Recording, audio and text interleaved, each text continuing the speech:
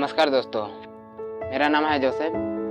दोस्तों, आज मैं आप लोगों को बताना चाहूँगा जो मौका के बारे में। जो मौका हमें कैसा पहचाना है, कैसा जाने, इस चीज़ के बारे में आप लोगों को मैं बताना चाहूँगा। दोस्तों, मौका एक हवा का झोंका है। मौका एक हवा का झोंका है जो कब आती है कब चली जाती है किसी को पता नहीं चलता है। दोस्तों, मौका के बारे में एक स्टोरी के माध्यम से बताना चाहूँगा। मौका का एक चित्र है, उसी तो मैं बताना चाहूँगा। दोस्तों, दिखने में एक इंसान की तरह दिखाई दे रहा था, जिसमें से जो बाल था वो बड़ा बड़ा था,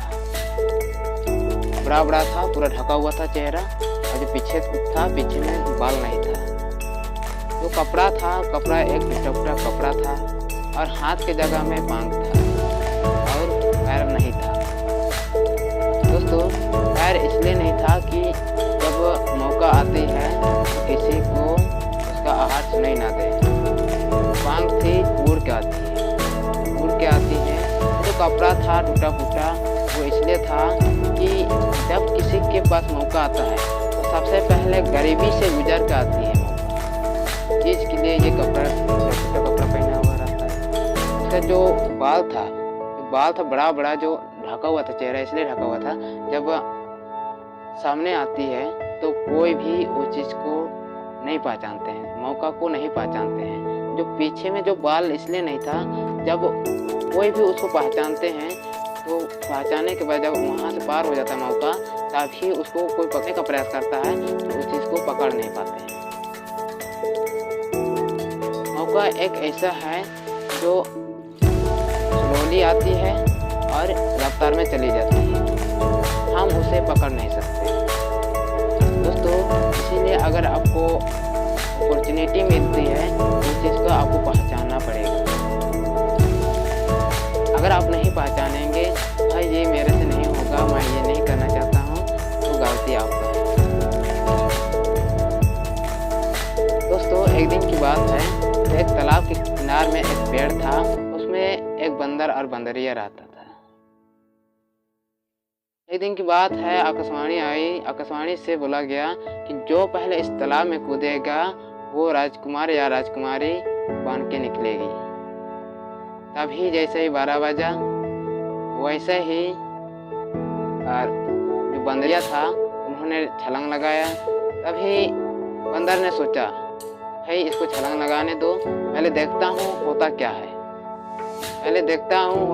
है, सच में होता है या नहीं। तभी बंदरिया था, उन्होंने पानी से निकला तो उन्होंने एक राजकुमारी बन के निकली। फिर देखने के बाद फिर बंदर सोचा, चलिए मैं भी देखता हूँ। तभी बंदर ने भी छलांग लगाता है। छलांग लगाने के बाद जब पानी से बाहर निकलता है तो उन्होंने बंदर को बंदर रह जाता है। उसके बाद राजमहल से राजकुमार आता है और राजकुमारी को लेके जाता है। फिर बंदर था, बंदर को मदारी लेके जाता है। ले जाने के बाद बंदर और मदारी उन्होंने कलाकार दिखाने के लिए राजमहल में गया। तभी राजकुमारी ने खिड़की के पास बैठी हुई थी। उसके बाद जब बंदर का नज़र राजकुमारी में चला। उसके बाद बंदर ने सोचने लगा, कष्ट मैं भी अगर छलांग लगाए हुए रहते तो अभी वो मेरा पत्नी होती। दोस्तों, हमें इस स्टोरी से यही सीखने को मिलता है, एक ही बार मौका आता है, बार बार मौका नहीं आता है। एक ही बार मौका आता है, उस मौका में हमें पहचाना पड़ेगा, उस मौका को पहचाना पड़ेगा। दोस्तों, जो ऐसा मौका ऐसा है जो एक बार आती है और चली जाती है, किसी को पहचान में नहीं आता है। दोस्तों, आप चाहेंगे जो इंडस्ट्री में आपको मौका मिला है, उस इंडस्ट्री में आप काम कर रहे हैं, अगर आप वहां चाहते हैं कि मुझे इतनी बार में 1 करोड़ चाहिए, ये तो नहीं हो पाएगा। तो दोस्तों, आप कैसे भी हो, आपको मौका मिला है तो आप एक ही जगह मेहनत कीजिए, पर भी जाइएगा तो सबसे पहले आपको ज़्यादा पैसे नहीं मिलेगा, आपको सीखना पड़ेगा।